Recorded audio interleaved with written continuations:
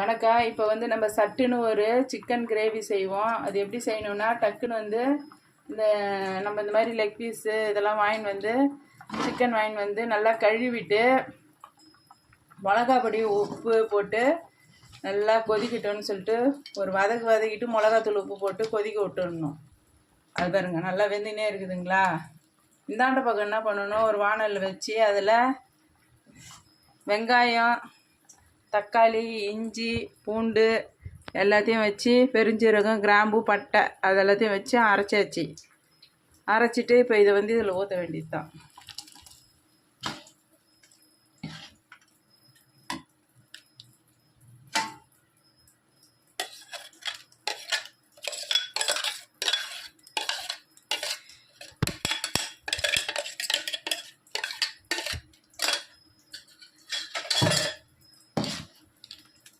நல்லா தொழவி விட்டுட்டு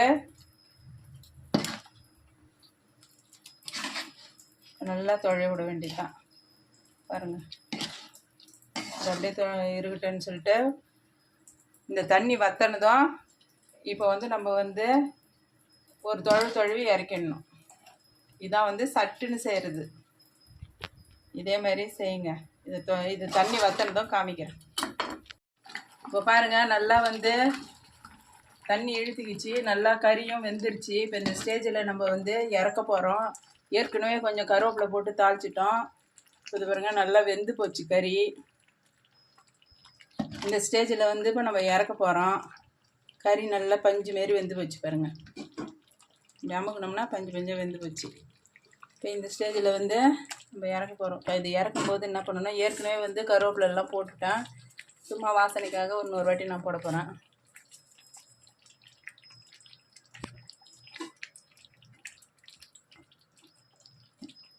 இந்த சூடுலேயே அது அழகாக வெந்துடும், இந்த கருவேப்பிலையெல்லாம். இப்போ பாருங்கள், இதாங்க சீக்கிரமாக அவசரமாக ஒரு சிக்கன் கிரேவி செஞ்சிடும். எல்லாம் அதே டைமில் நல்லா வாசனையாகவும் இருக்குது, சுவையாகவும் இருக்குது. இதேமாரி செய்யுங்க. இது இட்லி, தோசை, பூரி, சப்பாத்தி, சாதம் எல்லாத்தையும் செஞ்சு சாப்பிடலாம். டேஸ்ட்டாக இருக்கும். நன்றி, வணக்கம். இப்போ பாருங்கள், நம்ம செஞ்ச கிரேவி இதுதான்.